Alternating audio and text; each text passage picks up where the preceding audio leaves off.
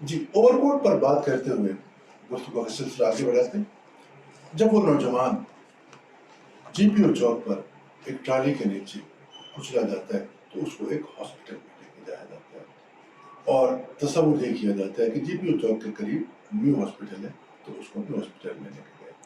تو وہاں ڈاکٹر اور نرسیں اس کا معائنہ کرتے ہیں. اس کی ٹانگیں ٹوٹ چکی ہیں, اس میں کچھ سانس تھوڑے سے ابھی زندگی کی رونق اس میں باقی, اور جیسے جیسے اس کا لباس اتارا جاتا ہے اصل اس کی حقیقت اس وقت سامنے آتی ہے.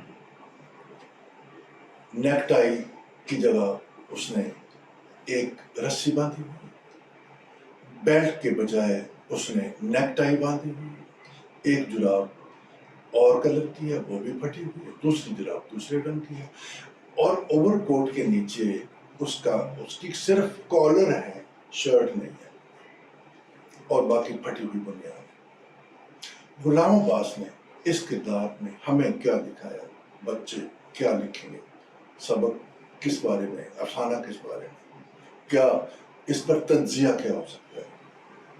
تو مختصر بیان کرتے ہوئے یہی ہو سکتا ہے کہ غلام عباس نے معاشرتی محرومیوں کا ایک المیہ دکھایا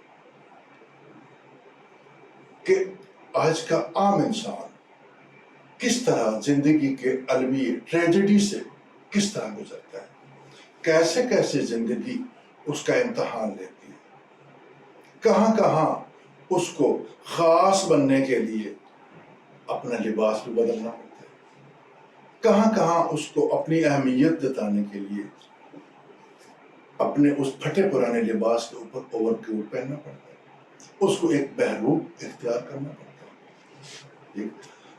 اب دیکھنا یہ ہے کہ ہر انسان کی خواہش یہ ہے کہ وہ زندگی سے لطف اندوز ہو, خواہ وہ غریب ہے خواہ امیر ہے.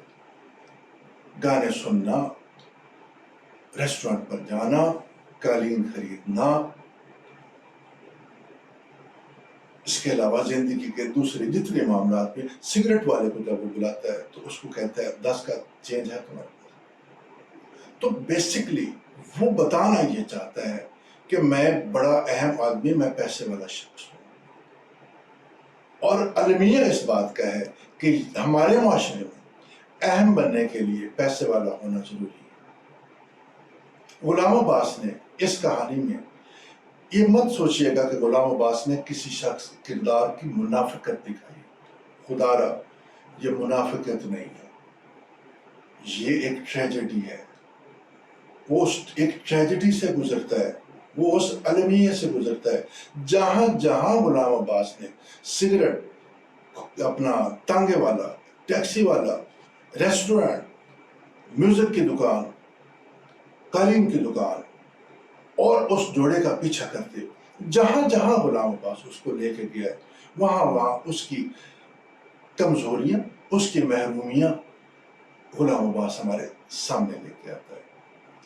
اور یہ وہ کمزوریاں اور وہ محرومیاں ہیں جو ہر انسان کا خواب.